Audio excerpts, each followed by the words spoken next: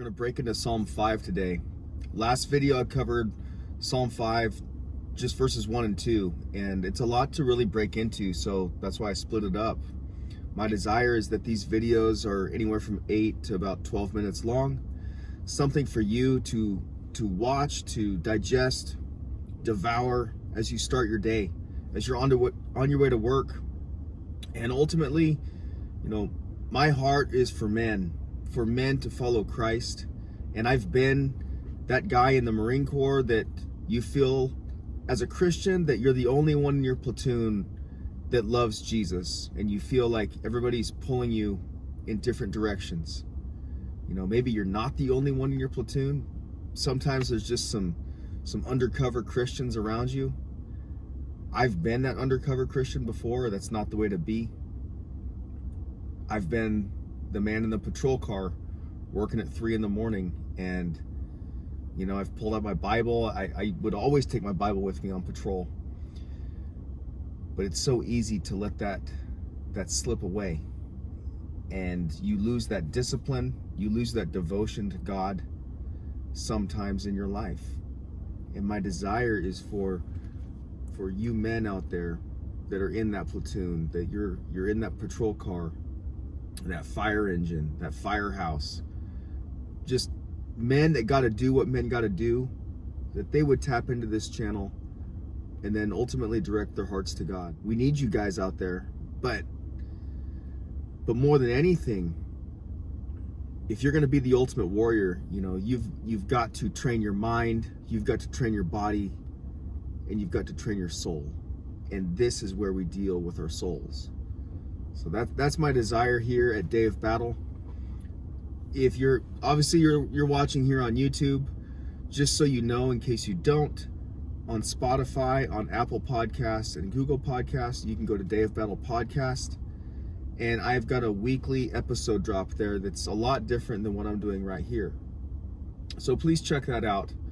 Also, if you don't mind hitting the like button, subscribing, sharing this with someone else that you think will enjoy and get something out of this content, I'd appreciate that. And lastly, give me feedback. If you have questions, if you have comments, I would love to hear from you.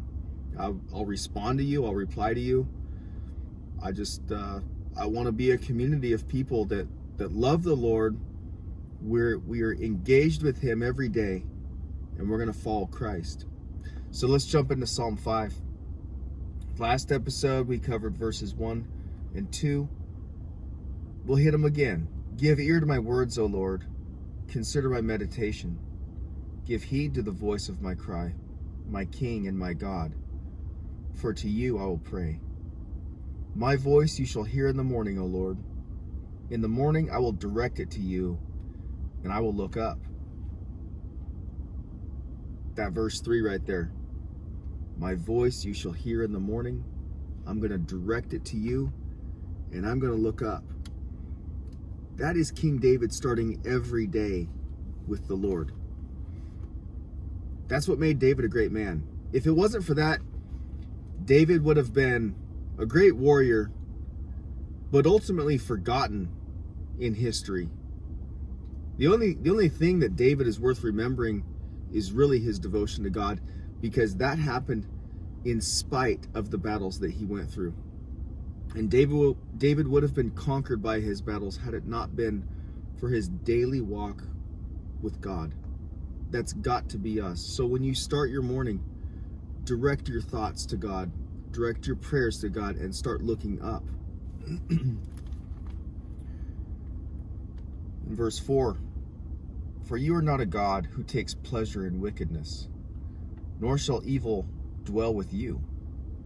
The boastful shall not stand in your sight. You hate all workers of iniquity.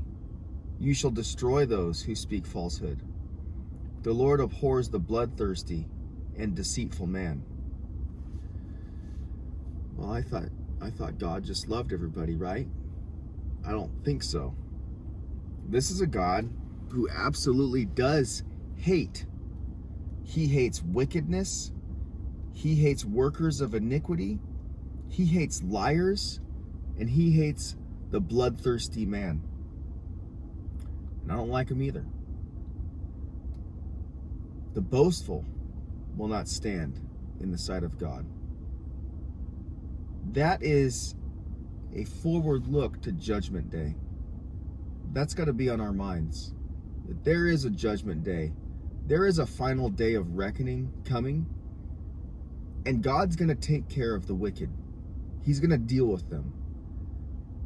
We can easily look about everything around us, and it's so easy to get upset by it and think that it's going to be like this forever.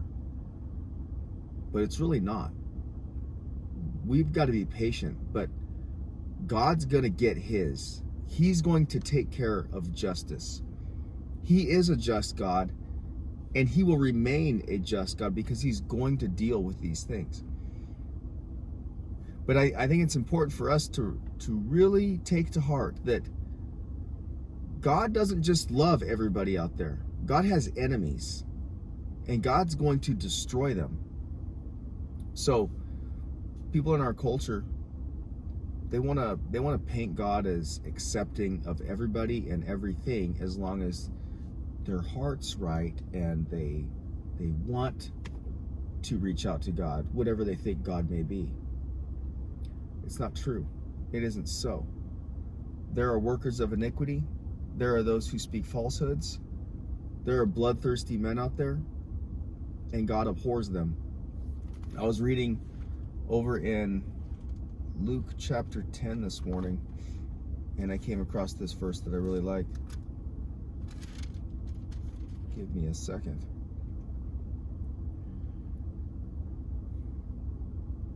Jesus says he had sent out the 70 to go and spread the word about him. And he tells them, he says, he who hears you hears me. So if these people are heard, the people listening are hearing Jesus. He who rejects you rejects me. So if you reject these people and their message, you're rejecting Jesus. And he who rejects me rejects him who sent me. So if you reject Jesus, you reject the Father. So you can take all those other faiths out there that everybody is saying all roads lead to paradise, all roads lead to heaven, everybody can access God where they are. You don't have to come through Jesus. No, you do. You absolutely do. He who rejects Jesus rejects God the Father. Jesus said, I am the way, the truth, and the life. No one comes to the Father except through me. Those verses go hand in hand. There's a day of reckoning. Everyone must submit to Jesus Christ. David says in verse 7, but as for me, I will come into your house in the multitude of your mercy. In fear of you, I will worship toward your holy temple. Lead me, O Lord, in your righteousness because of my enemies. Make your way straight before my face. David is dependent upon the mercy of God to get him anywhere close to God. In the passage prior, it says, the boastful shall not stand. David is not boastful. And you can't come before God counting up all the things that you think make you deserving of being in his presence. Because trust me, you don't deserve it. You don't deserve to be anywhere close to God. Ephesians 2:8-9, it says, for by grace you've been saved through faith, and that not of yourselves, it's a gift of God, not of works, so that no man can boast. There is no boasting in heaven. No one is going to get to heaven and God stands up there. Thank you. I am so glad you're finally here. I've been waiting for you. So proud of you. I'm just humbled to be in your presence. That's not the reaction you're going to get out of God. Or you just earned your way up here because of all those little old ladies you helped across the street your whole life. All that time that you spent doing good things, that's the reason you're here. No, it's not going to be like that. The boastful shall not stand. It is the one who has a contrite heart, who repents of their sin, who recognizes how worthless they are, and who says, the only thing that I am dependent upon is the blood of Christ and his mercy for me. That's where David's at in his life. I'm going to come crawling to you, God, recognizing that I'm a worm, that I am worthless, that I have nothing to offer you, but by your grace and your mercy, you have extended something to me that I do not deserve, that I could never earn, but I am going to gratefully accept it and give nothing else to God but a thank you, and I will follow you with my life because I owe it all to you. That's where God wants us to be. David goes on about his enemies. Remember, this is still with the remembrance of Absalom and his betrayal of his father. For there is no faithfulness in their mouth. Their inward part is destruction. Their throat is an open tomb. They flatter with their tongue. Pronounce them guilty, O God. Let them fall by their own counsels. Cast them out in the multitude of their transgressions, for they have rebelled against you. David's saying, hey, these people that are rising up against me, trying to take my kingdom, they're not rebelling against me. They're rebelling against God. That's a good perspective for us to maintain in our day.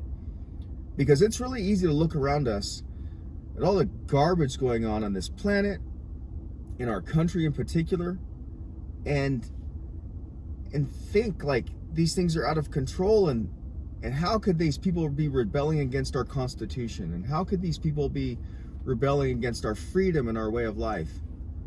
It's not us they're rebelling against. It's God himself. He will hold them accountable. And it may not be up to us. And we may not see it play out fully and see something good come of it. I don't know. But I do know that David said, the people trying to take down my kingdom, God, they're ultimately rebelling against you, because it's not my kingdom. It belongs to you. And hey, for us here in the great USA, it's not our country. It belongs to God. Just like my bank account belongs to God. Just like everything I own belongs to God. It's his. He can do with it what he will. I'm not in control. The biggest thing that God's taught me over the last few years is that Joe's not in control. I don't have a say. My light just went dead. That's great. Verse 11. But let all those rejoice who put their trust in you. Let them ever shout for joy because you defend them. Let those also who love your name be joyful in you. For you, O Lord, will bless the righteous. With favor, you will surround him as with a shield. David finishes up, and it's a comfort. There is a shield about us. We don't have to fear tomorrow. We don't have to be freaked out and paranoid over what's going to happen in our day. We don't know what's going to happen. Who knows? We live in a weird world right now. It's never been like this. You know, growing up in high school, I would have never put us where we're at today. But here we are, nonetheless. But you know what? He's in control. He's our shield. And we're going to depend upon him. I'll see you next time. Semper Fi. Day of Battle out.